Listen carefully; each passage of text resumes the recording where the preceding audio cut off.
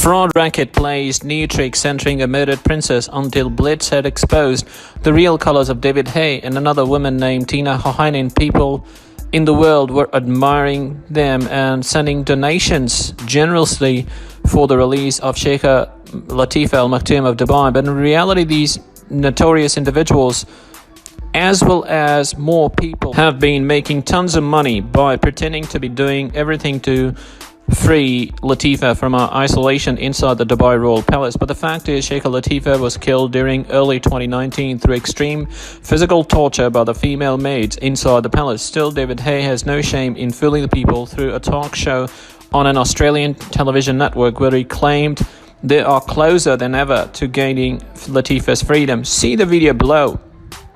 Who is David Hay?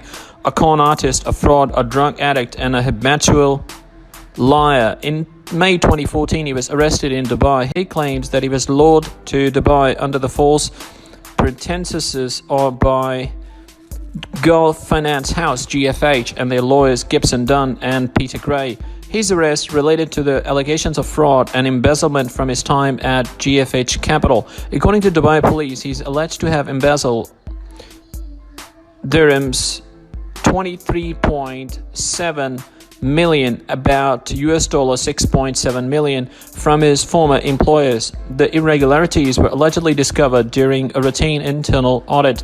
In August 2015, Hay was convicted of breach of trust and received a 2-year jail sentence.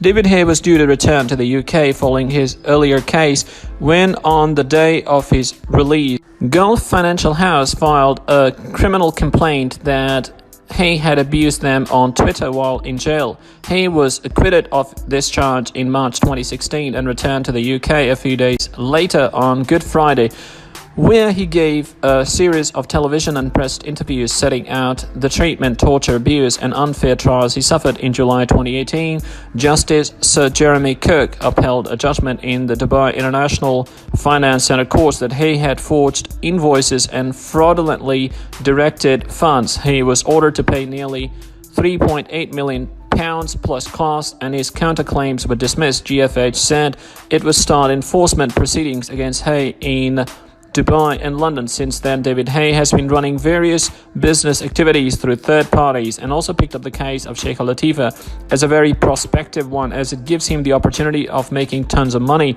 Hay established Do Justice, a charity to provide funds to those in Dubai jails that cannot afford legal representation or food.